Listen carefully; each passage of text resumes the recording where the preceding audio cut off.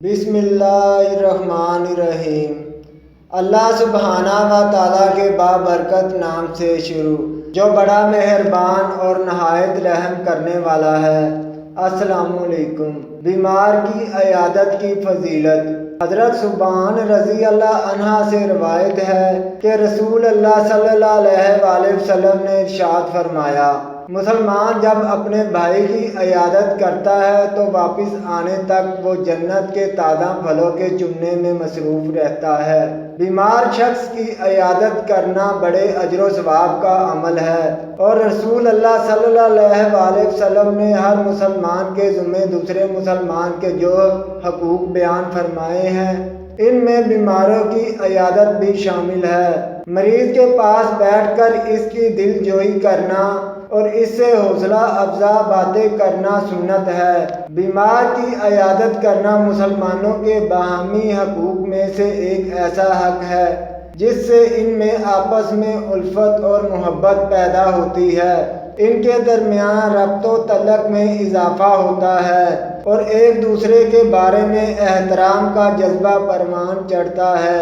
اللہ تعالیٰ کی مخلوق کی خدمت کرنا، ان کے ساتھ اچھا سلوک اور برتاؤ کرنا اللہ تعالیٰ کو بہت زیادہ پسند ہے اور اس کی وہ بہترین جزا عطا فرماتا ہے، جیسا کہ اس حدیث میں بھی رسول اللہ صلی اللہ علیہ وآلہ وسلم نے ارشاد فرمایا ہے، اور حدیث میں اس کی فضیلت اس طرح بیان کی ہے، جو مسلمان کسی مسلمان کی صبح کے وقت عیادت کرتا ہے تو شام تک 70,000 فرشتے اس کے لیے دعائے خیر کرتے رہتے ہیں۔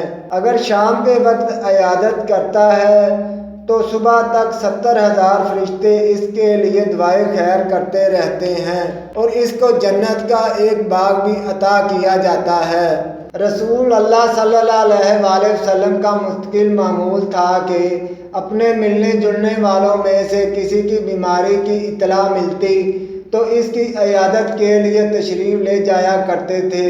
عیادت کے آداب میں سے یہ ہے کہ مریض کی پیشانی پر ہاتھ رکھ کر اس کا حال پوچھا جائے، بلکہ ہاتھ رکھنے سے یا حال پوچھنے سے مریض کو تکلیف نہ ہو۔ اگر تکلیف کا اندیشہ ہو تو ہاتھ نہ رکھا جائے، نہ حال پوچھا جائے۔ اسلام میں جتنی فضیلت بیمار کی عیادت کی بیان کی گئی ہے، اس سے زیادہ تاکید اس بات کی گئی ہے کہ اپنے کسی عمل سے مریض کو ذرا بھی تکلیف نہ پہنچے۔ جس عیادت سے بیمار یا تیمارداروں کو زحمت اٹھانی پڑے، اس سے ثواب کے بجائے عذاب کا شدید خطرہ ہے۔ اسلام ایک مکمل دین حق ہے۔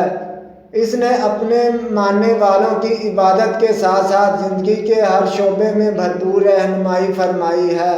اسلام نے جہاں اللہ کے حقوق پورے کرنے کا حکم دیا، وہاں بندوں کے حقوق پورے کرنے کا بھی حکم دیا ہے۔ اسی طرح اسلام میں اگر کوئی مسلمان بیمار ہو جائے تو اس کی عیادت کرنے کا نہ صرف حکم دیا ہے بلکہ اس عمل کی بہت اہمیت اور بڑا اجر و ثواب بھی عطا کیا۔ اس عمل خیر کی حیثیت صرف یہی نہیں کہ یہ اجتماعی زندگی کی ایک ضرورت ہے، باہمی تعاون غم خواری کا بھی ذریعہ ہے۔ اسلام نے اسے ایک مسلمان پر دوسرے مسلمان بھائی کا دینی حق قرار دیا ہے۔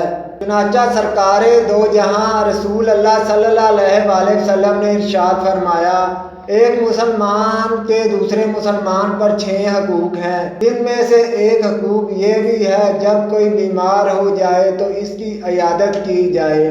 حضرت ابو ہریرہ رضی اللہ عنہ سے روایت ہے، رسول اللہ صلی اللہ علیہ وآلہ وسلم نے ارشاد فرمایا، اللہ تعالیٰ قیامت کے دن فرمائے گا، اے ابن آدم، کیا تجھے معلوم نہیں ہوا تھا کہ میرا فلاں بندہ بیمار تھا اور تو نے اس کی عیادت نہیں کی تھی؟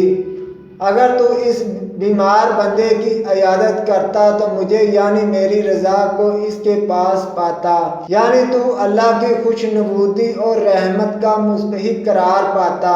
پھر نبی پاک صلی اللہ علیہ وآلہ وسلم نے ارشاد فرمایا، جس نے اپنے مسلمان بھائی کی عیادت کی وہ جنت کے بلائی خانے میں ہوگا۔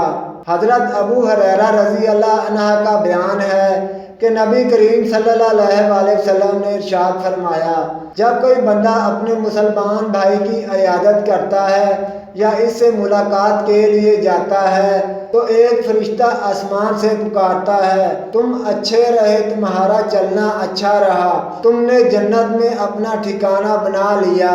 مریض کی عیادت کے لیے جائیں تو اس سے اپنے لیے بھی دعا کروائیں، کیونکہ مریض کی دعا ایسی ہے جیسے فرشتوں کی دعا ہے۔